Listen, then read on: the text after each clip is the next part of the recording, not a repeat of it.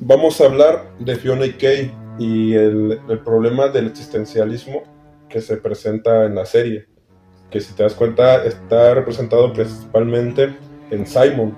O sea, está también en Fiona y Cake, pero siento que está más representado en Simon porque él es el que más sufre esta cuestión de no saber qué hacer ahora. Sí, y esto se puede ver incluso, ahí me llama la atención cómo al comienzo de los capítulos, en las primeras partes, se ve muy marcada una faceta de Simon por la cual está pasando, en donde él no se puede tal cual desprender de lo que es su pasado. No sé si recuerdas, al comienzo tiene como una especie de museo donde tiene ciertos artefactos que pues eran de su tiempo. Sí, esto hablamos pues por ahí como de la guerra de los champiñones, donde pues él intenta mostrar, pero obviamente pues a los nuevos humanos con los que él está conviviendo este tipo de tecnología pues no se le hace como que muy relevante o muy importante. Recordemos que estos humanos no son como que no sepan nada del pasado, sí sabían cosas del pasado porque son ahora sí que un grupo de humanos que sobrevivieron a esta guerra de los champiñones, que sería lo equivalente a una guerra nuclear. Y pues para ellos realmente saber todavía de esta tecnología pues ya no les era tan relevante, tan importante. Y pues para Simon yo creo que es una forma en la cual él se abrazaba a cierto pasado de él para no sentirse tan disasociado con la realidad con la que él se estaba enfrentando. A tal punto que pues esto le llegaba a afectar, le llegaba a causar cierta sensación de tristeza, de angustia, incluso el llegar a sentirse inútil. ¿Sí? Que no sé si te acuerdas de la niña pequeña que apareció ahí. La que es como la que es fan de Fiona y Ajá, Cake. la que es fan, exactamente, y ahí es donde entran las coprotagonistas con Simon, ¿sí? Y me empieza a decirle, ¿no? Tú eres quien creó a Fiona y Kate y pues a Simon, porque ya estamos hablando de Simon, ya no estamos hablando de lo que es el rey helado, ya estamos hablando pues de él. Pues realmente hay una parte que él no termina de asimilar que fue, sí, que en este caso fue el rey helado. Él simplemente dice, yo no quiero saber o no quiero tener nada relacionado con Fiona y Cake. Eso eran ideas que tenía el rey helado. Yo no soy el rey helado, ¿sí? Y es esa parte que no se acaba de asimilar de él, que incluso llega a causar mucho conflicto. Pero a que a la vez capítulos más adelante mostraría que hay una cierta cuestión de él que quisiera regresar a ser el rey helado, que es cuando están en el bar con este personaje, cerveza de raíz, y pues llega a fin, ¿no? El protagonista de lo que era Hora de Aventura, ¿no? Recordemos que pues esta serie pues es un spin-off. Y pues en ese intento de querer ayudarle a Simon para que se sienta mejor, para alzarle el ánimo, pues Simon lanza uno de los primeros comentarios que pues sí se podría decir que son existencialistas o que están pasando por una crisis de este tipo, donde él dice realmente cuál es el sentido del que yo estoy aquí. Básicamente dice eso diciendo hacia dónde me estoy dirigiendo, si es un constante devenir que me dirige hacia qué, o sea, ni siquiera realmente tiene una conclusión de hacia dónde se está dirigiendo. Para él concibe que cuando era el rey helado, al estar fuera de sí, y esas palabras así las dice, él se sentía fuera de sí, y las cosas eran más sencillas porque él no estaba dentro de sí para saber qué es lo que estaba pasando y qué tan mal estaba en ese momento.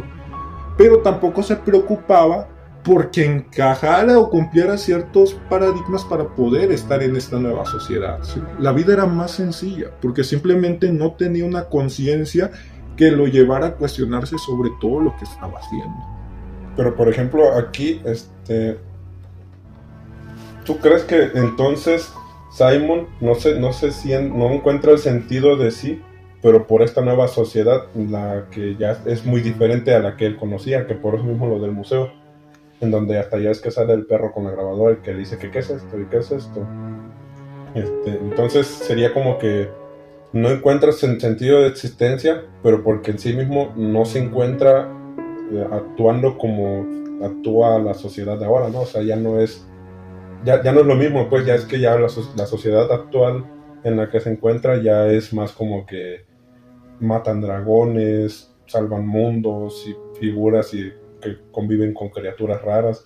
Y Simon pues está acostumbrado a la vida de antes, que todavía era una humanización, que había edificios, que había reglas, que había leyes.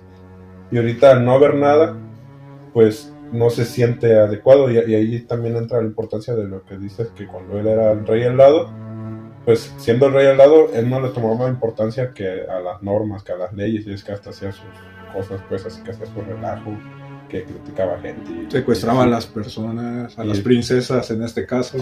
Y aquí pues también como que entra el apoyo entra con fuerza esto del existencialismo en Simon, pero por lo mismo de la sociedad, ¿no? De que la sociedad misma lo hace ver a él como si él fuera el raro, que en otro momento pues sería al revés, ¿no? O sea, los raros serían ellos. Y ahora, algo curioso que acabas de mencionar y que se puede contrapolar a la realidad, es que la cuestión del rey helado es muy interesante en sí mismo, y cómo lo llega a contemplar Simon, o cómo logra percibir esta condición. Si te das cuenta, el rey helado, una cuestión que tiene es que muchas veces se concibía como un personaje que estaba loco, que no tenía ningún criterio de razón, hacía las cosas así como iban. ¿Y por qué Simon? O sea, ¿qué relación podemos establecer que Simon vea al rey helado? Una de ellas, si tú te pones a pensar, el rey helado estaba fuera de sí, o sea, no era consciente de la realidad. ¿Sí? No percibía tal cual a detalle o con un razonamiento de por qué las cosas eran como eran. Y esto incluso yo lo podría hacer una comparación como si se tratase de alguna droga. ¿Por qué? Si tú te das cuenta, muchas de las personas, al quererse ahora sí que desprender de esta realidad, ¿sí? De repente de este mundo el cual es tan abrumador y muchas veces causa mucho conflicto interno en nosotros, pues lo que uno busca a veces con las drogas es una forma de escapar, una escapatoria, una distracción de lo que es el mundo real. Y pareciera que para Simon en algún punto considerara al rey helado como esa droga, ¿sí? Que al no tener conciencia de lo que está pasando en su entorno, ¿sí? De que no es consciente que precisamente la realidad ha cambiado y que ya no es la misma de hace años, pues el rey helado funcionaría como eso. ¿Sí? Como una droga que deforme la realidad y que tú ya no puedas sentir que realmente estás dentro de este mundo, ¿sí? Así que ante esto sí puede pasar, o sea, contrapolándolo con una persona que de repente pierde todo sentido de vida, ¿sí? Y ahí tienes, por ejemplo, a un exponente como el filósofo Albert Camus, ¿sí? Donde él principalmente manifiesta, ¿sí? Que cuando uno llega a perder todo sentido de vida, pues siempre hay escapatorias, ¿no? Siempre hay una distracción. Unos de repente lo menciona, pueden encontrarlo en el suicidio, otras personas incluso en la religión, pero de repente ya no se habla de unas personas que pueden encontrarlo precisamente sumergido en alguna droga que lo haga que se distraiga.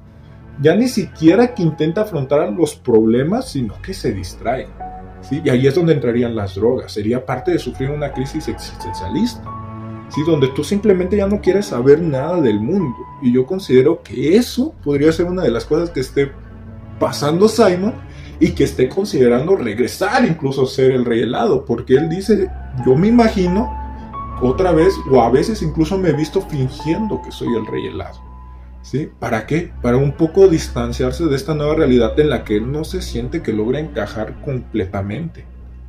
Y otra cosa curiosa que me llama la atención de repente de Simon es que muchas de las cosas que le han pasado, si nosotros podemos seguir relacionándolo con este filósofo de repente del existencialismo que cae en un absurdo, en un sinsentido, pues es que él tenía, por ejemplo, un sentido de vivir, el por qué estaba haciendo todas las cosas que hacía desde hace mucho tiempo atrás.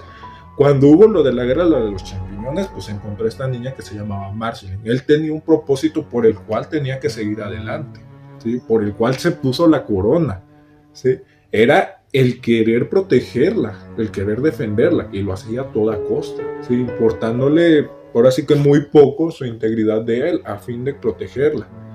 Después de esto, pues la protege, Marceline crece, se vuelve reina de los vampiros, y pasa el tiempo, y en un momento determinado, pues Simon, por cuestiones del azar, que se pierde la magia de la corona, vuelve a ser en sí. Y ahora el sentido de su vida realmente se basaba en encontrar a su pareja, y digo a su pareja de repente entre comillas, porque nunca llegaron como tal a formalizar algo, sí, pero el sentido de su vida se volvió esta mujer de nombre Betty, ¿sí?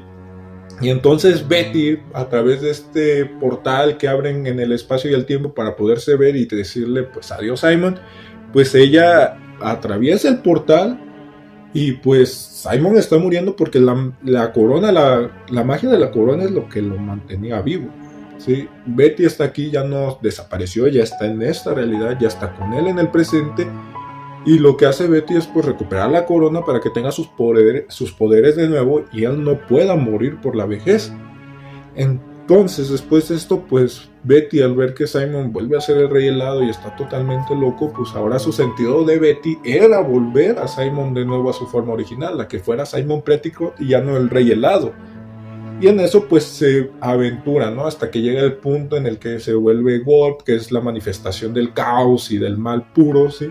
Y entonces es cuando puede deshacer este hechizo de la corona sin que él sea afectado, aunque ya no tenga poderes y que pueda morir por vejez, que le estaba dando ahora sí que la juventud la corona. Entonces Simon, al sentir que no pudo hacer nada más por Betty, pues Betty se va a un espacio dimensional totalmente diferente, en el cual Simon pues básicamente lo toma como si lo hubiera perdido. ¿Sí? O sea, ya no hay otra forma de estar con ella, y de ahí la trama de este spin-off se va a basar y se va a centrar principalmente en que Simon está haciendo un intento por querer entrar a esa dimensión y entrar en contacto ahora con Betty, que es Wolf, ¿sí? Esta manifestación del mal, y pues no lo logra y se muestra su frustración cuando todo el hechizo, todo lo que hizo, todo su ritual salió mal. Muestra esa frustración, ese llanto al no poder cambiar ciertos aspectos de su pasado, entra en llanto, o sea, es totalmente un momento de depresión que él tiene en lo más bajo, y pues él no sabe realmente qué hacer, ¿sí? Allá hay una situación bastante peculiar y bastante interesante, en la cual muchas veces el que nosotros no asimilemos nuestras acciones del pasado como algo que simplemente ya pasó, nos pueden llevar incluso a la depresión, a la ansiedad, ¿sí? Al sobrepensar las cosas y el decir, ¿pudimos haber hecho algo para poderlo cambiar? No sé, es una cuestión curiosa que no sé a ti qué te pueda parecer. Pues si es que si te fijas, sí, como que Simon, al no tener sentido de vida, él está acostumbrado a buscar un sentido, porque si te das cuenta, desde antes, ya es que ahí mismo tocan una parte de su historia, pero antes hasta de ser el rey helado, antes de la guerra, Sí. tocan un sentido de su existencia, en donde él ya había llegado a ser maestro y todo, y después como que ya no encontraba qué hacer, y es cuando empieza con la búsqueda del libro Enquiridión, del libro de los héroes. Y empieza con la búsqueda de este libro, y ahí es donde encuentra como un nuevo motivador de vida. Pero de ahí como que encuentra a Betty, y sale Betty y todo lo demás desenlace.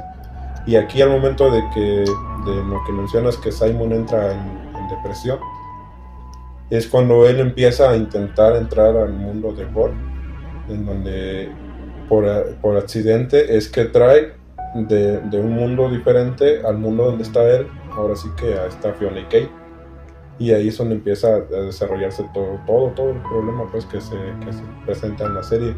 Pero hasta eso, cuando él se da cuenta que ya no puede hacer nada pues, y que entra en ese sentido de ya no querer ni siquiera vivir, ni siquiera existir, que incluso Prismo lo manda a traer porque se da cuenta que hay un problema, y Prismo lo manda a traer y le enseña que el problema que hay es grande, pues, porque el mundo de Fiona y Kate realmente no es un mundo, por así decirlo, canon, sino que es un mundo que no debería haber existido, que más adelante pues se muestra que este mundo realmente es un mundo que creó Prismo, pero rompiendo las leyes de que él podía hacer cosas para sí mismo. Pero si te das cuenta, cuando llega él, Prismo le hace ver que el peligro que se presenta sí es grave, pues, que incluso mandan al ¿cómo se llama el bicho? El escarabajo, ¿no? El que se encarga, que es como una especie de... como de guardián. Ajá, como de guardián, precisamente, que todos hagan su trabajo, un supervisor. Y ya lo mandan, y ya este güey, pues, le demuestra que él tiene todavía más poder que Prismo, pero Simon aún así no quiere.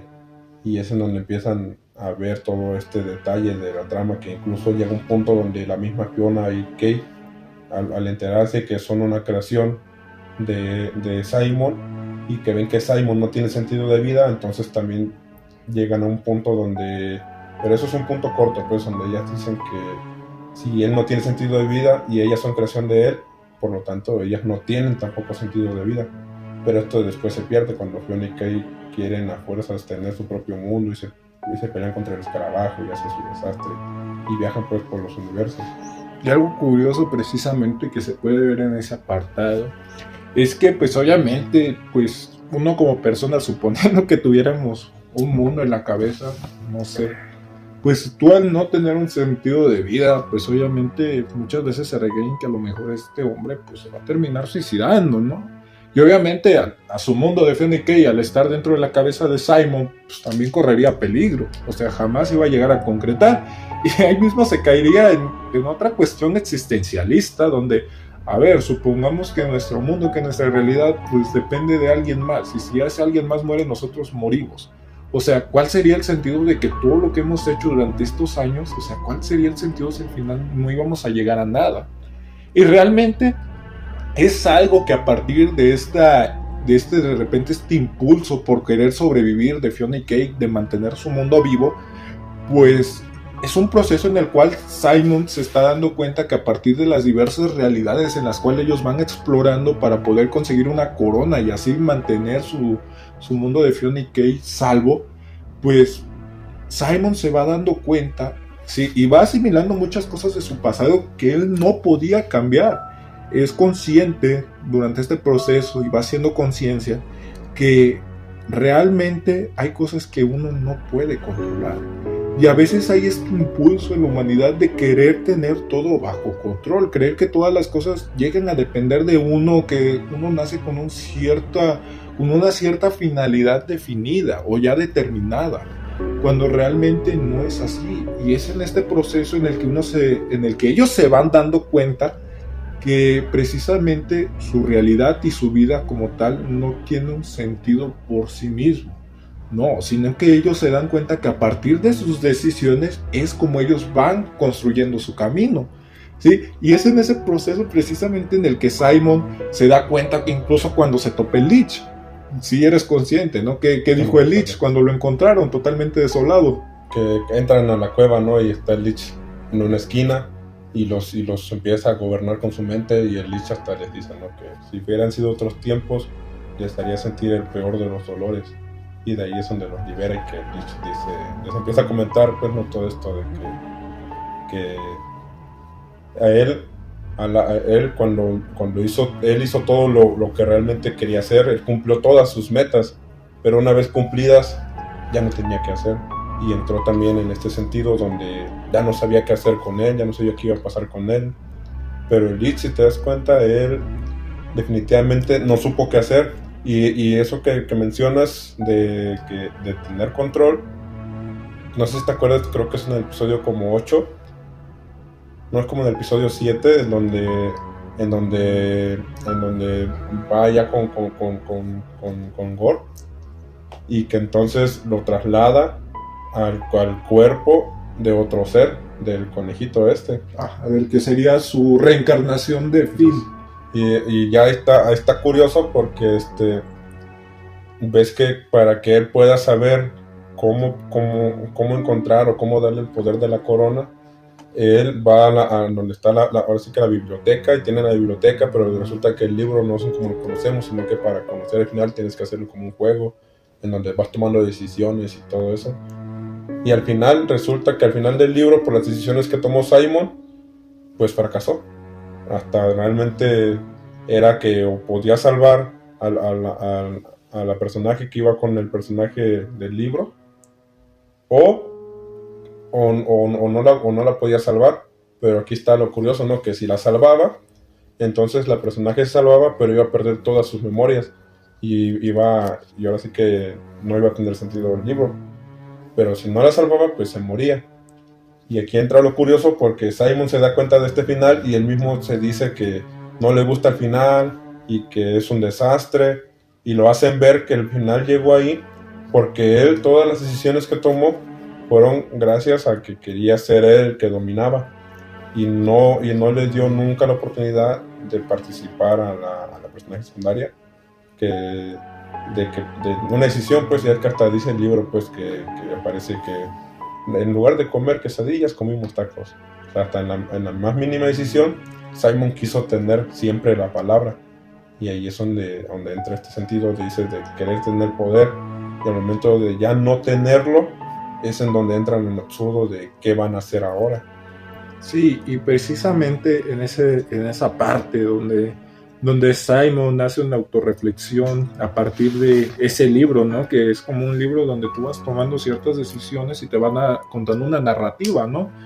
Él se percata y se proyecta en el personaje del libro diciendo, sí, es cierto, yo era el que siempre tomaba las decisiones y no dejaba a mi pareja también decidir o tomar en cuenta sus decisiones. O sea, y todo esto que hasta hoy me ha llevado donde estoy, han sido mis propias decisiones. Y hay un filósofo que se basa también en el existencialismo ateo, se llama Sartre. Él le presta mucha atención a la cuestión de las decisiones.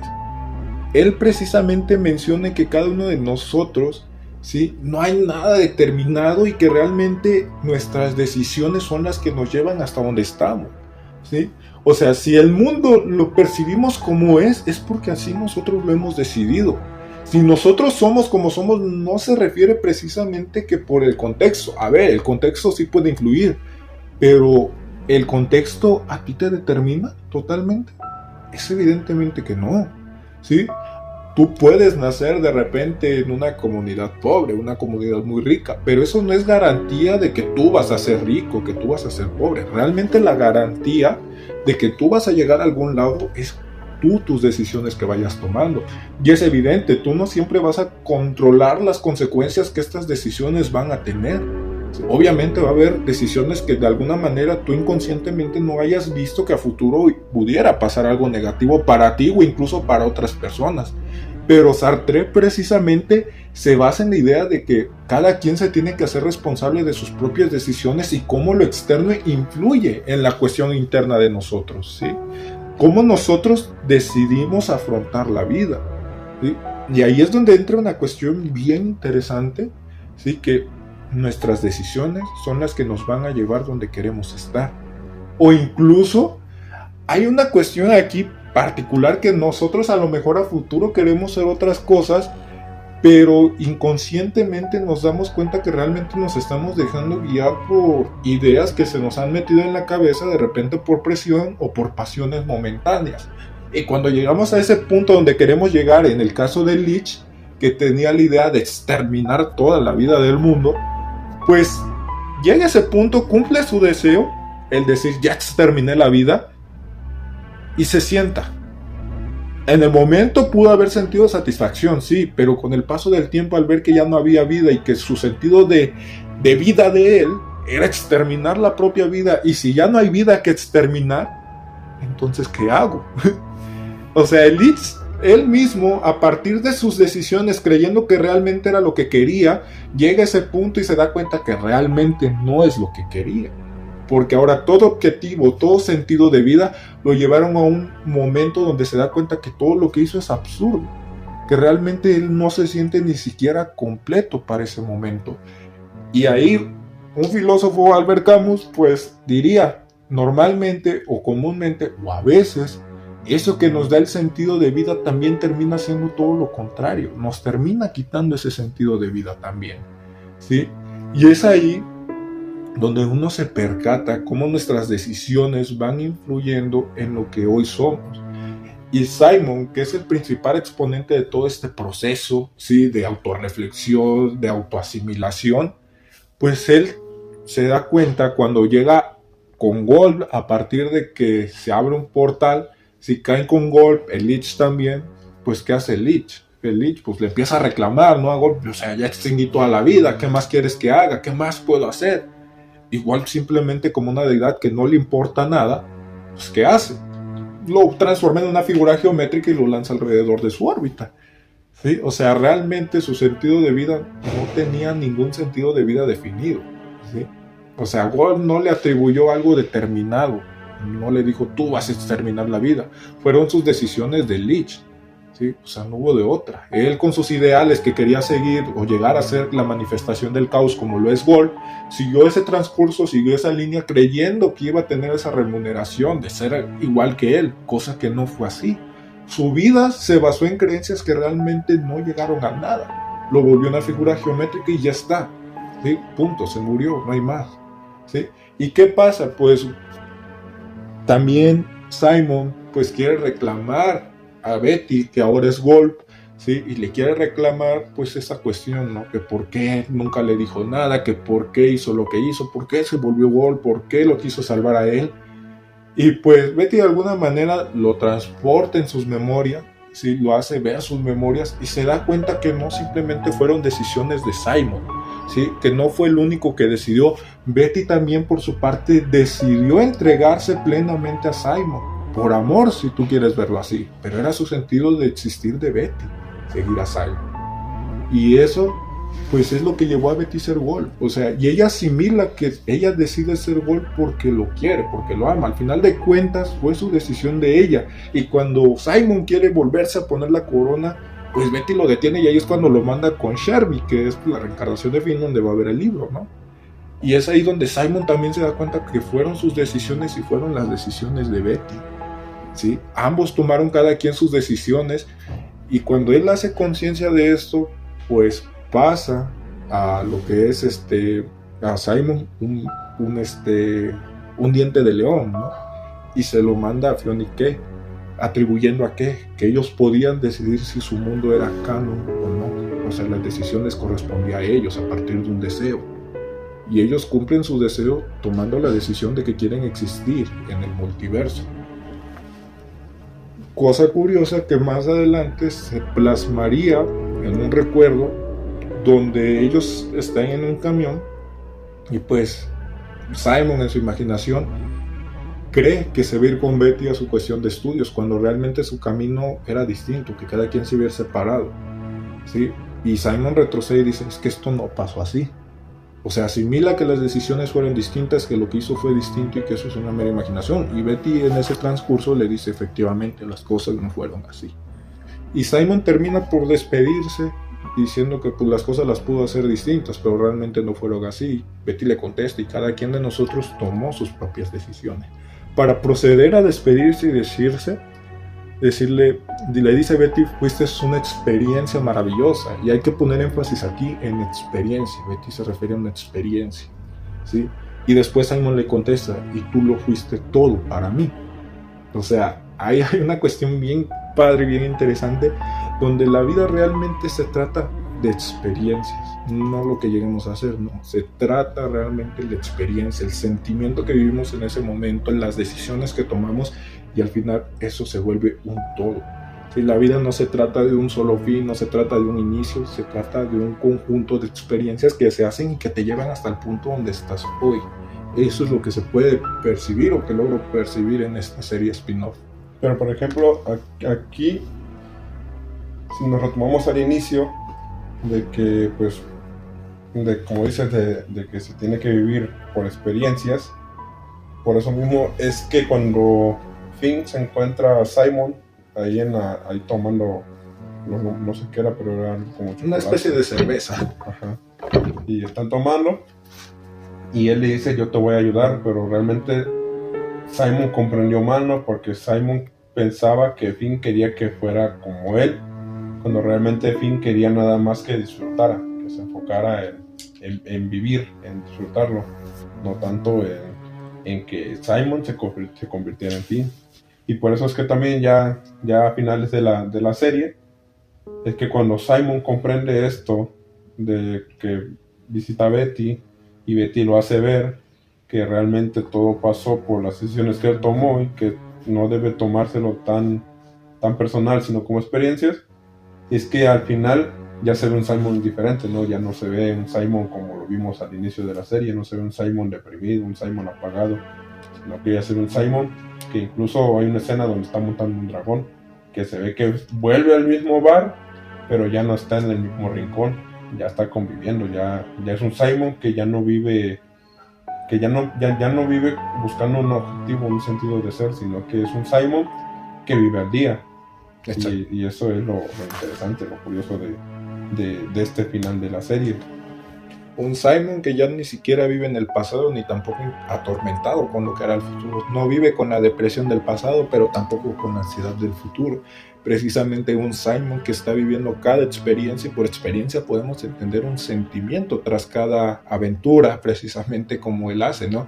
El montar un dragón, el seguir porque siguió con su museo, pero ya lo veía desde otra perspectiva, ya no lo veía que el pasado era algo precisamente malo y que quería regresar. Aceptaba que la realidad había cambiado, que el contexto ya era totalmente distinto y que de alguna manera él tenía que adaptarse y seguir viviendo y seguir adelante, ¿sí? Con lo bueno y con lo malo que había hecho en su vida.